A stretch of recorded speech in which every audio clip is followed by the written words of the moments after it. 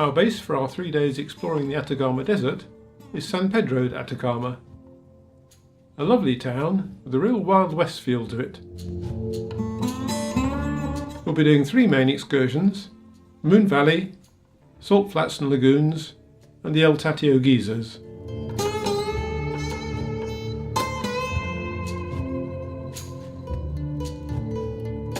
Our afternoon tour to the Valley of the Moon took us into these amazing landscapes with wonderful rock formations and snow-capped volcanoes in the distance.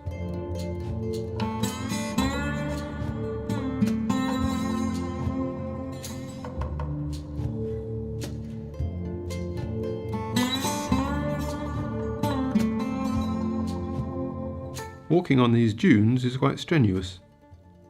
No surprise that sandboarding was popular. The white deposits in the valleys are salt.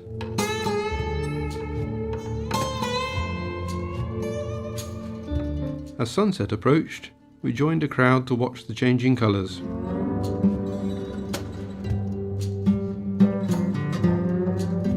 Our second trip is taking us to Salt Flats and Lagoons, starting here at the Salar de Atacama.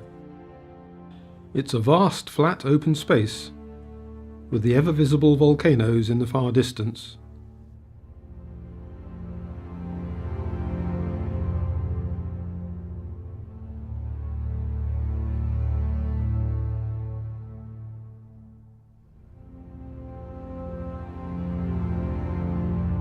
We're about 2,500 metres above sea level here, much the same as at the town of San Pedro, but we're about to start climbing steadily. At 3,500 metres, the village of Soker has a pretty church and grows crops, mainly corn and quinoa, thanks to irrigation from lakes that we'll be seeing shortly.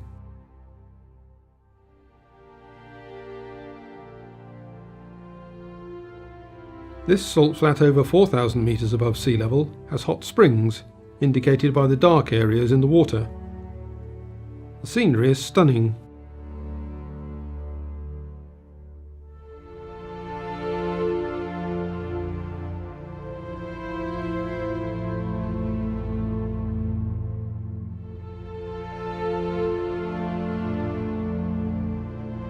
These are vicuñas, which are wild versions of the domesticated alpaca. Our final stop on this full-day trip is at Lakes Miscanti and Minicas, which used to be a single lake until a lava flow from the Minicas volcano split them.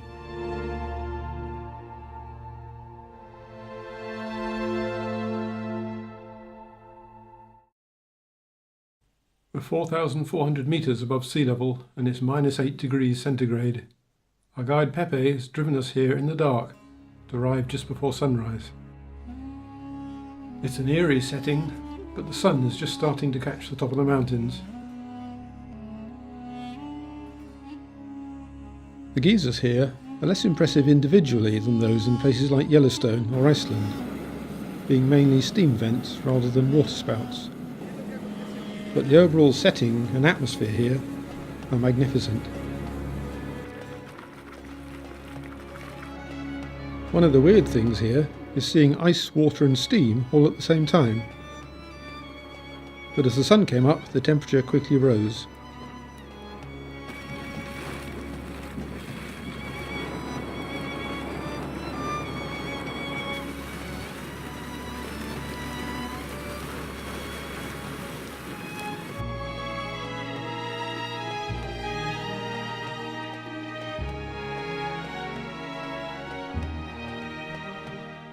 We declined the opportunity to bathe in a hot pool and set off back towards San Pedro, admiring the scenery that had been dark on our trip up a few hours earlier.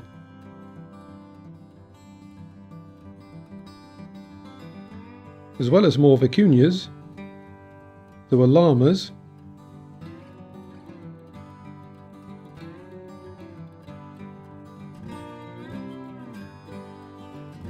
and foxes.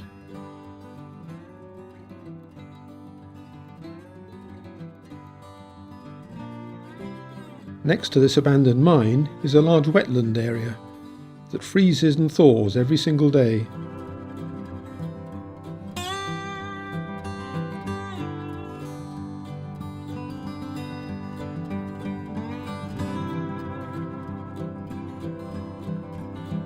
We had arranged our 3 excursions from San Pedro in order of increasing altitude, to give ourselves time to acclimatise.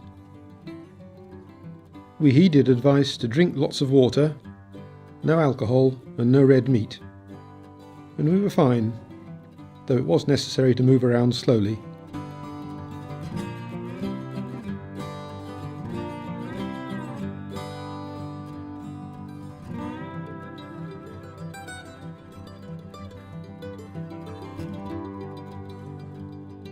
During the hour-and-a-half drive, we passed just one tiny village.